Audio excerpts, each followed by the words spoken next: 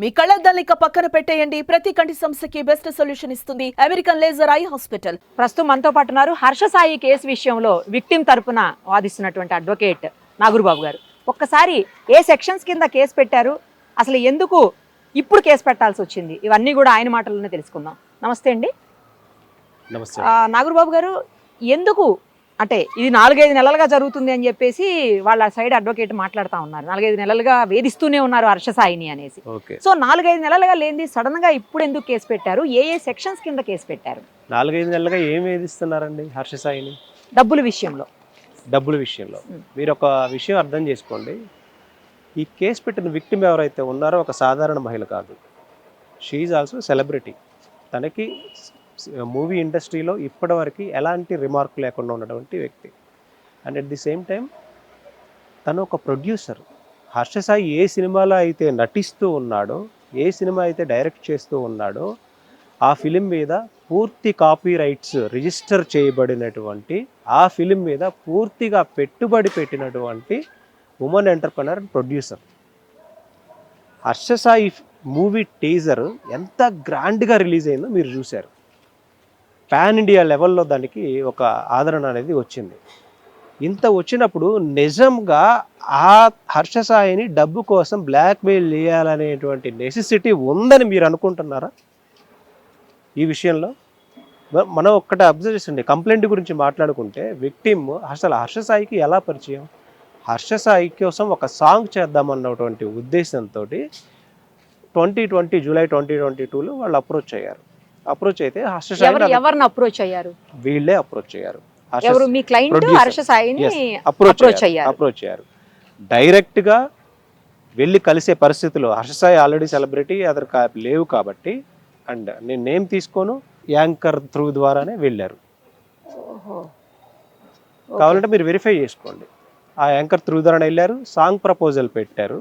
తర్వాత మళ్ళీ హర్ష సాయి సో హోటల్కి రమ్మని చెప్పాడు. ఆ హోటల్లో సాంగ్ కాదు, మీరు ఇన్వెస్ట్ చేస్తున్నారు, నేను మీ గురించి ఎంక్వైరీ చేసుకున్నారు, మీ దగ్గర మనీ ఉంది, నా దగ్గర ఒక స్టోరీ లైన్ ఉంది, దీన్ని మనం డెవలప్ చేసుకొని ఒక మూవీలాగా తీస్తే నాకున్న మార్కెట్కి చాలా మంచి రేంజ్ వెళ్తుంది, మీకు ప్రాఫిట్స్ వస్తాయి అని చెప్పారు. చెప్పిన సందర్భంలో మరి ఇక్కడ నేను స్టే చేయాలి కదా, నాకు అకామిడేషన్ ప్రొవైడ్ చేయండి అన్నారు. నాకు అకామిడేషన్ ప్రొవైడ్ చేయమంటే వీళ్ళు యాజ్ ఎ శ్రీ పిక్చర్స్ ప్రొడ్యూసర్గా ఒక విల్లాని తనకి అసైన్ చేశారు. ఇక్కడ ఒక చిన్న పాయింట్ ఏంటంటే, హర్ష సాయికి వీళ్ళు అకామిడేషన్ ఇచ్చేంత తక్కువ స్థాయిలో హర్ష సాయి ఉన్నాడా అనేది ఇక్కడ ఒక పాయింట్ రైజ్ అవుతా ఉంది. ఎందుకు అదే విల్లాలో మీరు ఒకటి విషయం ఆలోచించండి. ఐటీసీ కోహినూర్స్లో ఉండేటువంటి హర్ష సాయి ఆ విల్లాలో 1 ఇయర్ ఎందుకున్నాడు?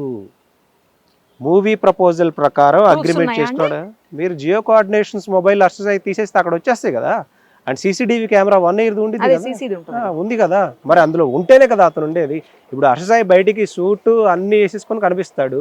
మీకు ఏ వీడియో అయితే వచ్చిందో ఆ పర్టికులర్ వీడియోలో వాళ్ళు నార్మల్ డ్రెస్లో, అంటే ఇంట్లో ఎలా ఉంటాము, ఒక షార్ట్స్ వేసుకునే ఉన్నారు కదా, ఇంట్లో ఉన్నట్టే ఉన్నారు కదా. సో అది హోటల్ కాదు, విల్లా. వచ్చి మీరు వెరిఫై చేసుకోవచ్చు. అంటే villa address has been given and మీరు జస్ట్ గో త్రూ అక్కడికి వెళ్ళండి. అక్కడ హర్ష సాయి అనే వ్యక్తి ఉన్నాడా లేదా అనేది క్లియర్ గా మనకి రిపోర్ట్ లో వచ్చేస్తుంది. సో అది హర్ష సాయి ఉన్న ప్లేస్ కి ఆ వీడియోలో ఈవిడ వెళ్ళి కలిసినట్టుందా, లేకపోతే ఈవిడే ఆ వీడియో? అసలు ఆ విల్లా ఎవరిది, ఏ పర్పస్ కోసం అగ్రిమెంట్ చేసుకున్నారు? శ్రీ పిక్చర్స్ కి విల్లా ఓనర్ కి అగ్రిమెంట్ జరిగింది. ఈ హర్ష సాయి కోసం అకామిడేట్ చేసిబడినటువంటి విల్లా. అతను నేను 1 ఇయర్ ఉండాలి, మీ మీద ఎక్కువ బడ్జెట్ అవుతుంది, నేను కోహినూర్స్లో అలా ఉంటాను 90 డేస్ అలా, సో మీకు బడ్జెట్ తగ్గట్టుగానే నేను ఉంటాను అన్న ఉద్దేశంలో అతను అడిగితే విల్లా అసైన్ చేశారు. స్టార్టింగ్ డేస్లోనే స్క్రిప్ట్ కోసం మీరు రండి, నేను చెప్తాను అనే ఉద్దేశంలో మీరు అతను పర్సనల్ ఇంటిమసీ తోటి మీరు రండి, ఫస్ట్ మనం డిస్కషన్ చేద్దాం. విక్టిమ్ని పిలవడం, ఆ విక్టిమ్ని పిలిచిన సందర్భంలో పర్టికులర్గా ఇంటాక్సికేటెడ్ అంటే ఆల్కహాల్ ఇలాంటి కన్జంప్షన్కి వాళ్ళు ఆ డిస్కషన్స్లో వెళ్ళడం, తనకి సంబంధించిన ప్రైవేట్ వీడియోస్ని తను అన్కాన్షియస్ స్టేజ్లో షూట్ చేసిన తర్వాత మీరు సీసీటీవీ ఫుటేజ్లో ఏదైతే చూపిస్తున్నాడో క్లియర్గా అతను నెక్స్ట్ డే తను రికార్డ్ చేసిన అక్కడ మీకు ఆ కాన్వర్జేషన్ ఇంకా ఉంది. మీకు జస్ట్ చిన్న క్లిప్ మాత్రమే వచ్చింది, ఇంకా బయటికి రావాల్సింది ఉంది. తన మీద లైంగికంగా చేసినటువంటి ఆ బాధను తను వ్యక్తపరుస్తున్న సందర్భంలో ఎప్పుడైతే లీగల్ ప్రొసీడింగ్స్కి వెళ్దామని ఆ స్టేజ్లోనే ఎప్పుడు ఈ అసలు టేజర్ షూట్ జరగకముందే ఇదంతా జరగకముందే లీగల్ ప్రొసీడింగ్స్ వెళ్ళాలని అనుకున్నప్పుడు అప్పుడు వాళ్ళ నాన్నగారిని ఇన్వాల్వ్ చేసి హర్షసాయికి ఒక మంచి లైఫ్ ఉంది, నీకు ఒక మంచి లైఫ్ ఉంది, ఇద్దరు సెలబ్రిటీసు, మీరు మ్యారేజ్ చేసుకొని ఇప్పుడు ఇలా డీఫేమ్ అయిపోయి కేసులు పెట్టుకొని ఇలా డీఫేమ్ అవడం కన్నా మీరు ఆ సినిమా ఏదో తీసి చేస్తే గొప్ప ఇది స్థాయిలోకి వెళ్తారు అన్న అతను ఒక స్క్రిప్టెడ్గా తనకి చెప్పడం వల్ల ఎప్పుడది ఈ ఇన్సిడెంట్ జరిగిన వెరీ నెక్స్ట్ డే అండి. మరి కేసులు దాకా వెళ్ళడం ఏంటి? అప్పుడే కేసుల దాకా ఎందుకు వెళ్ళాలని అనుకున్నారు అసలు? మరి ఒక విక్టిమ్ తను ఇలా వీడియో చూపిస్తూ బ్లాక్ మెయిల్ చేస్తూ ఉండంటే కేసు పెట్టకుండా ఊరుకుంటారా? అప్పుడా ఆ రోజుట మరి అప్పుడే డైరెక్ట్ గా వెళ్ళకుండా ఆపారంటున్నారు మీరు. అదే ఇప్పుడు వీళ్ళ నాన్నగారు ఎందుకు ఇన్వాల్వ్ అంటున్నారు కదా, ఆ టైంలో మీరిద్దరు సెలబ్రిటీస్, మూవీ ప్రపోజల్ మీరు ఆల్రెడీ పెట్టుకున్నారు, సరే జరిగింది ఏదో జరిగిపోయింది, మీరు ఇలా దీన్ని కంటిన్యూ చేసుకుంటే మీరు మంచి స్థాయికి వెళ్తారు మూవీ రిలీజ్ చేసుకుంటే అనే నమ్మకాన్ని క్రియేట్ చేశారు. కానీ అసలు హర్ష సాయి వాళ్ళ ఫాదర్ ఎప్పుడు కూడా ఈ అమ్మాయిని చూడడం కానీ మాట్లాడడం కానీ ఫోన్లో లేదా కలవడం కానీ ఫోన్లో కానీ ఎప్పుడు మాట్లాడలేదు, అసలు చూడలేదు, కలవలేదు అని చెప్పి వాళ్ళ అడ్వకేట్ చెప్తున్నారు. ఏమండి ఒక విషయం ఆలోచించండి, మూవీకి సంబంధించిన టీజర్ అంతా రిలీజ్ అయిందా, అసలు అమ్మాయిని కనీసం చూడకుండా ఉంటాడా? ఇది జరగకపోతే కాల్లో కూడా కనీసం మాట్లాడకుండా ఉంటారా? వాళ్ళు చెప్పడానికి 100 చెప్తారు, ఎందుకంటే ఎదుటి వాళ్ళు చెప్పినప్పుడు డిఫెండ్ చేసిన వాళ్ళు ఏదో ఒకటి ఎలిగేషన్స్ చేస్తూనే ఉంటారు. అసలు కేసు అంటే ఇప్పటిదాకా ప్రొజెక్ట్ అవుతున్నది వేరు, 2 కోట్ల డిమాండ్ మోసం చేశాడని కంప్లైంట్ ఇచ్చారని చెప్తున్నారు. మీ దగ్గర కంప్లైంట్ కాపీ ఉందా? అసలు ఎఫ్ఐఆర్ కాపీని బయటికి రానికుండా ఆపుతున్నారా అనేది కూడా ఒక పాయింట్ నడుస్తుంది. ఎఫ్ఐఆర్ కాపీని బయటికి రాకుండా ఆపుతున్నది ఎవరు? ఎఫ్ఐఆర్ కాపీ బయట పెడితే నిజ నిజాలు ఏంటో తెలిసిపోతాయి, మీడియా డైవర్షన్స్ అన్ని ఆగిపోతాయి, ఎఫ్ఐఆర్ కాపీ మీద ఫోకస్ పెరిగిద్ది, అమ్మాయికి జరిగిన అన్యాయం బయటపడిద్ది. దాన్ని రానియకుండా మనమే ఒక లీడ్ ఇస్తే వీళ్ళు ఇచ్చేసేసి 2 కోట్ల కోసం మోసం చేశాడు అనేది ఇస్తే సరిపోతుంది. ఇక్కడ అసలు 2 కోట్లు అనే ప్రస్తావనే కంప్లైంట్ కాపీలో లేదు. ఎందుకు ఇలా చేస్తూ ఉన్నారు? ఎఫ్ఐఆర్ అయిందా అండి? అవలేదు. అసలు ఎఫ్ఐఆర్ అయ్యి ఆల్రెడీ మెడికల్ ఎగ్జామినేషన్కి తీసుకొని వెళ్ళి సుమారు 5 గంటలు వాళ్ళు విచారించి మళ్ళీ 5 గంటలు మెడికల్ ఎగ్జామినేషన్ చేసి కేసు సెక్షన్స్ కూడా వాళ్ళు వేసేసేసి మాకు ఎవిడెన్స్ ప్రొవైడ్ చేయమని నోటీసులు ఇచ్చి ఇవన్నీ జరిగినాయి. కానీ ఎఫ్ఐఆర్ కాపీనే ఎందుకు ఇవ్వలేదు? వస్తే మీకు తెలుస్తాయి నిజాలు. మీడియా కూడా దొరకలే ఇప్పటి వరకు. అదే నేను చెప్తున్నా, ఎందుకు అంటే మీ సైడ్ నుంచి మీకు ఇస్తారు కదా. మీకు ఒక విషయం తెలుసా, అడ్వకేట్స్ ని పోలీస్ స్టేషన్ లో సిఐ గారు కనీసం లోపలికి రానివ్వకుండా మాట్లాడనివ్వకుండా 3 గంటలు నించోబెట్టాడండి. మేము ఏసీబీలను చూసాం, డైరెక్ట్గా డీజీపీ స్థాయిలో వాళ్ళని వెళ్ళి కలిసాం. 3 గంటలు నించోబెట్టి విక్టిమ్ తోటి ఓకే తన ప్రైవసీ కోసం తను తీసుకున్నాడు, విచారించుకున్న తర్వాత ఫార్మాలిటీ తను ఎఫ్ఐఆర్ రిజిస్టర్ చేశాడు. బట్ కాకపోతే మేము అడిగినా కానీ కనీసం ఎఫ్ఐఆర్ కాపీ మా చేతికి ఇవ్వలేదంటే మీరు నమ్ముతారా? విక్టిమ్ కూడా ఇవ్వాలా అంటే ఏ స్థాయిలో ఈ కేసు ఇన్ఫ్లుయెన్స్ అవ్వబడుతుందో మీరు అర్థం చేసుకోండి. It's a pre planned audio recordings release చేయడం కానీ, ఎఫ్ఐఆర్ కాపీని సప్రెస్ చేయడం కానీ, ఎఫ్ఐఆర్ కాపీలో ఉన్నటువంటి వాస్తవాలు మీడియా దృష్టికి రానివ్వకుండా చేయడం కానీ, it's a completely pre planned.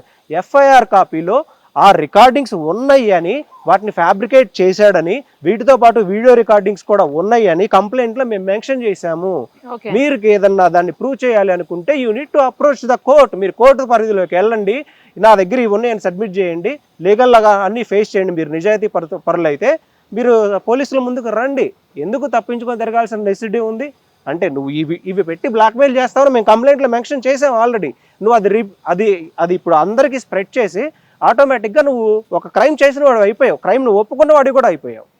Right. మీరు ఇందాక ఒక విషయం మాట్లాడుతూ అంటే ఆమె ప్రైమరీగా డిస్కషన్స్ కోసం వెళ్ళినప్పుడు ఆల్కహాల్ ఆమెని ఇచ్చేసి వీడియోస్ చేశారు అని చెప్పి మీరు చెప్తారు.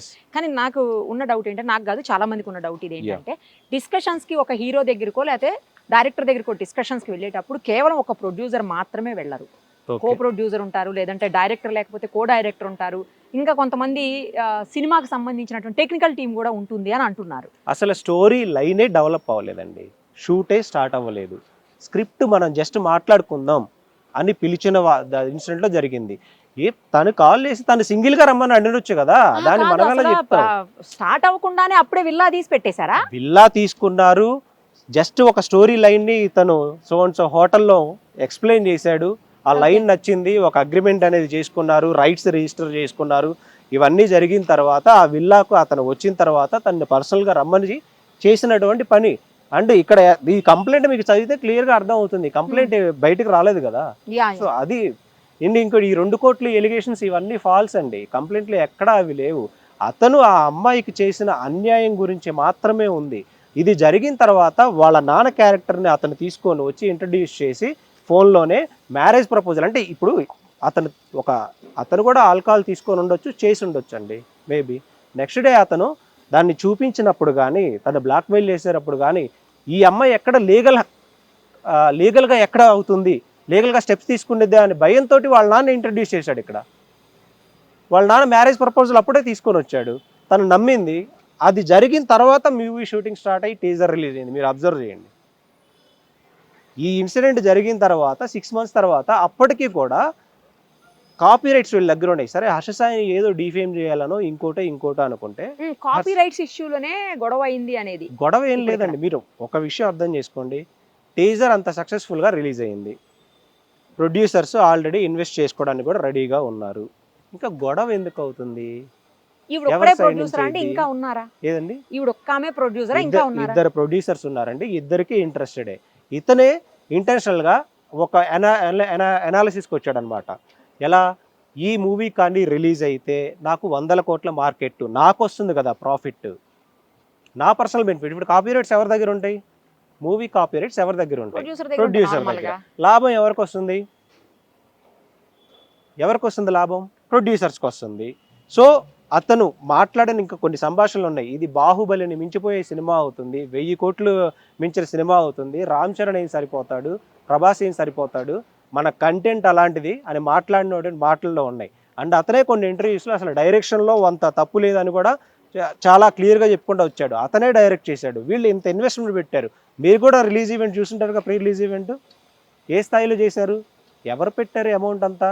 వీళ్ళు నిన్నో 2 కోట్లు డిమాండ్ చేయాల్సిన పరిస్థితే వస్తే అంత ఇన్వెస్ట్మెంట్ ఎందుకు పెడతారు అసలు? నువ్వు ఆ నమ్మకాన్ని క్రియేట్ చేసావు.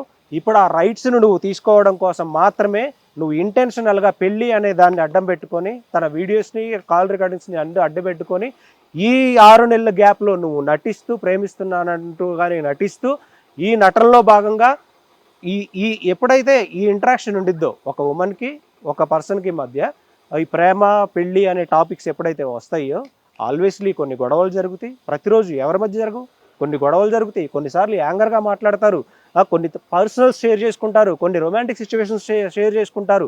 వీటన్నిటిని నువ్వు అడ్డు పెట్టేసేసుకొని నీకు అనుకూలంగా ఉన్న వాటి వరకు పెట్టుకొని, నా దగ్గర 7 హార్డ్ డిస్కులు 8 హార్డ్ డిస్కులు ఉన్నాయంటే నువ్వు ఇలా ఆడపిల్లల జీవితాలని కెమెరా ముందు నువ్వు తీస్తూ ఉంటే, కెమెరా పెట్టి నువ్వు రికార్డు చేస్తూ ఉంటే ఎంతమంది ఆడపిల్లల జీవితాలనే మేము అదే ఈరోజు డిమాండ్ చేస్తున్నాం.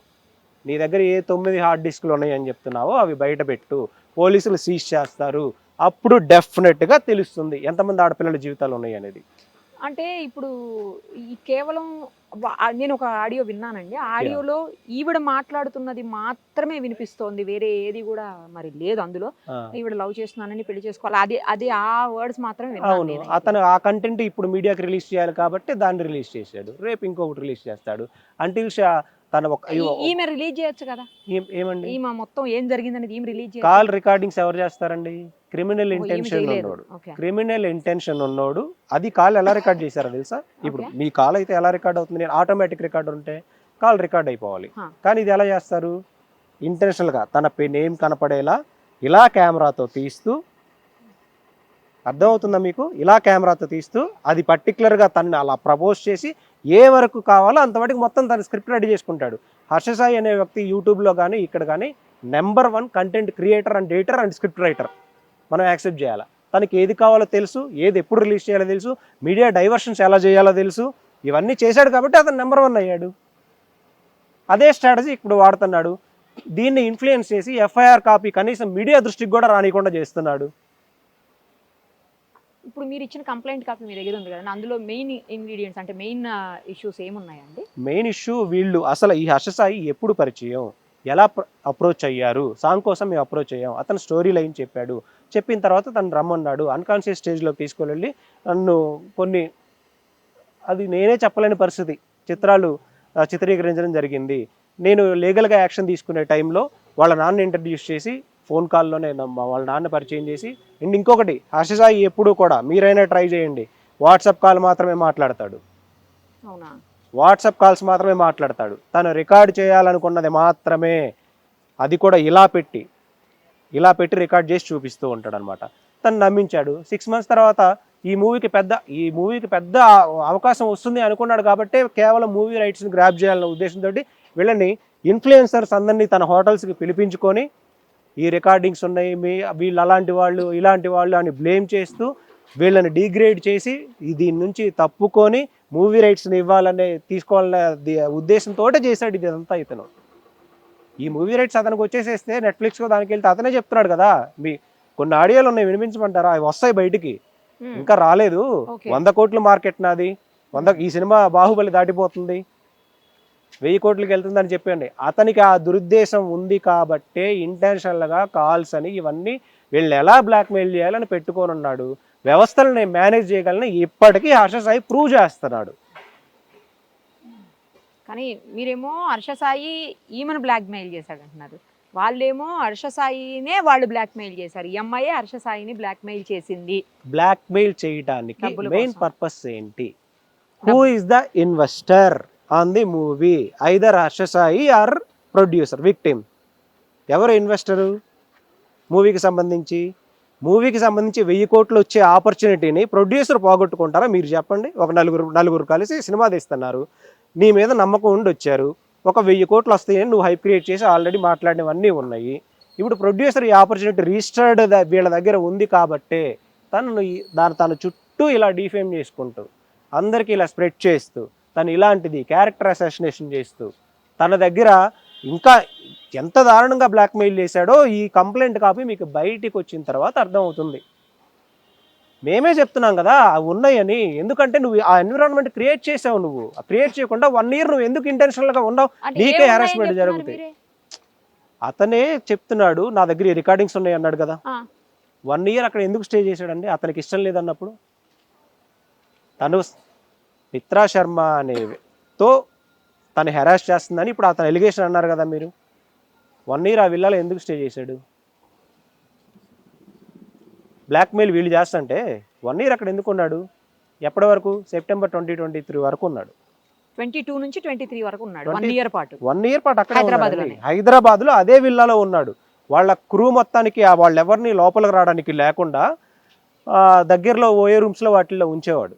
ఇతను ఒక్కడే ఉండేవాడు. అదే వాళ్ళు షూట్స్ కూడా చేస్తుంటారు కదా, మరి ఇక్కడే ఉండి బయటికి వెళ్ళి చేసినారా ఏంటి?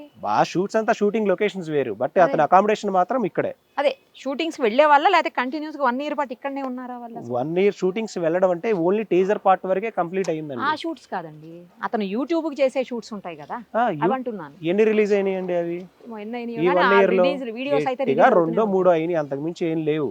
అంతగా వెళ్ళే ఏం లేదు. 1 day వెళ్తారు వస్తారు. ఓకే. మీరు మన ప్రజలందరినీ మిస్లీడ్ చేయడం కోసం ఒక విక్టిమ్ని ఏ విధంగా నేను డిగ్రేడ్ చేయగలనో చూపించడం కోసం మేము ఏదైతే కంప్లైంట్ కాపీలో మెన్షన్ చేశామో కోర్టు పరిధిలో ఉన్నా కానీ నేను రికార్డ్ చేసి నేను డిఫేమ్ చేయగలను అనే క్రిమినల్ అఫెన్స్ని అతను ఇప్పుడు కమిట్ అయిపోయాడు ఆల్రెడీ. ఒక విక్టిమ్కి సంబంధించిన దాన్ని మేము కంప్లైంట్లో ఇచ్చాము ఆల్రెడీ ఉన్నాయని. నువ్వు చెప్పేదేంటి? మేమే చెప్తున్నాం కదా, నువ్వు అలాంటి ఎన్విరాన్మెంట్ క్రియేట్ చేసావు. 6 నెలల అమ్మాయిని నమ్మించావు, మ్యారేజ్ ప్రపోజల్ పెట్టి దాని మీద చిన్న గొడవలు ఇవన్నీ ఉన్నాయి, వాటన్నిటినీ నువ్వు రికార్డ్ చేసి పెట్టుకున్నావు. అది ఎలా చేసావు? With criminal intention. ఇలా క్లియర్గా తెలిసిపోతుంది కదా. ఎవరికి లాభం? సినిమా రిలీజ్ అయితే ప్రొడ్యూసర్స్కి లాభం. ఆ లాభాన్ని నువ్వు గ్రాప్ చేసుకోవాలన్న ఉద్దేశంతో నువ్వు కాపీ రైట్స్ కోసం నువ్వు ఫైట్ చేసావు. అంటే మొదలు మాట్లాడుకున్నప్పుడు మీకు ఇంత మాకు ఇంత అని పర్సంటేజ్లు అట్లేం మాట్లాడుకోలేదు, లేకపోతే వేరే ఏమి డిస్ట్రిబ్యూషన్ గురించి అయ్యేం మాట్లాడుకోలే? హర్ష సాయికి సంబంధించి రెమ్యూనరేషను అంతవరకు సంబంధించి అడ్వాన్స్ కూడా అది వాళ్ళు 50 lakhs ఇచ్చున్నారు. అది కూడా అతను ఎలాంటి ట్రాన్సాక్షన్ కూడా బ్యాంక్ అకౌంట్స్తో చేయడండి.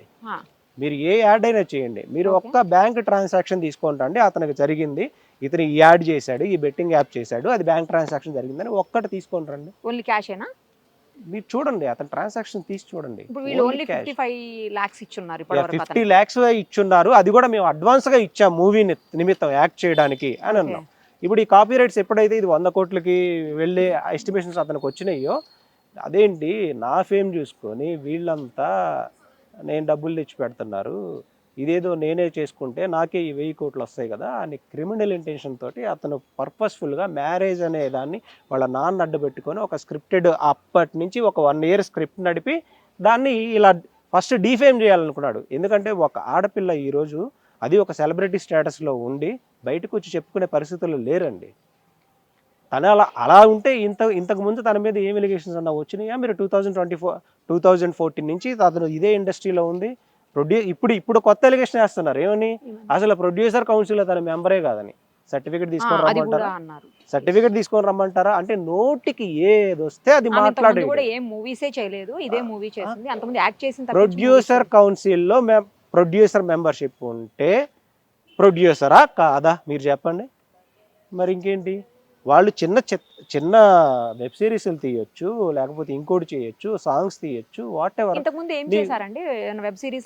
ఇంతకుముందు వాళ్ళ అఫీషియల్ దానిలో ఉంటుంది, శ్రీ పిక్చర్స్ దానిలో ఉంటుంది, తన పర్సనల్ దానిలో వాళ్ళు ఏం చేశారని ఇవన్నీ ఉంటాయి. 2014 నుంచి వీళ్ళు ఆడున్నారు.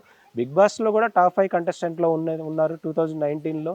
సో వాళ్ళకి ఆల్రెడీ ఒక వెల్ ఎస్టాబ్లిష్డ్ ఇది ఉన్నప్పుడు, అసలు ఒకటి హర్షసాయి అనే వ్యక్తి తన మూవీ తీద్దాం అనుకున్నప్పుడు ఈ ప్రొడ్యూసర్ ఇంత డబ్బు పెట్టగలిగిద్దా లేదా నా కంటెంట్కి అని డిసైడ్ అయ్యే కదా అతను వస్తాడు. అతను నమ్మే కదా వచ్చింది. ఇప్పుడు ఆఫ్టర్ ఆల్ నువ్వు చెప్తున్నా ఈ 2 కోట్లు తీసుకొని మోసం చేసిన మేము ఎక్కడా మెన్షన్ చేయలేదండి. మీరు వెళ్ళి కంప్లైంట్ వెరిఫై చేసుకోండి. అవునా? ఓకే. ఆమె ఫ్యామిలీ మెంబర్స్ నుంచి బయటకు వచ్చేసారు, ఆమె సపరేట్గా ఉంటున్నారు, ఫ్యామిలీతో అసలు సంబంధమే లేదు అని చెప్పేసి కూడా కొన్ని ముంబైలో ఉండేవారండి 2014 బిఫోర్. అక్కడ కూడా కొన్ని సీరియల్స్లో యాక్ట్ చేశారు. మీరు కావాలంటే ఇవి యూట్యూబ్లో అవన్నీ ఉంటాయి, సెర్చ్ చేసుకోండి. ఇక్కడికి వచ్చిన తర్వాత వాళ్ళు హౌస్ కీపింగ్ లాంటి కంపెనీ ఏదైనా పెట్టుకున్నారు. తర్వాత వాళ్ళు అలా ఇండస్ట్రీలోకి వచ్చి ఎస్టాబ్లిష్ అయ్యి వాళ్ళు కష్టపడ్డారు కాబట్టి, ఏదో అవినీతిగా లేకపోతే ఈ బెట్టింగ్ యాప్స్ తోటి వాళ్ళు సంపాదించేసారనుకుంటే వాళ్ళు కోట్లు సంపాదించేసుకునేవాళ్ళు.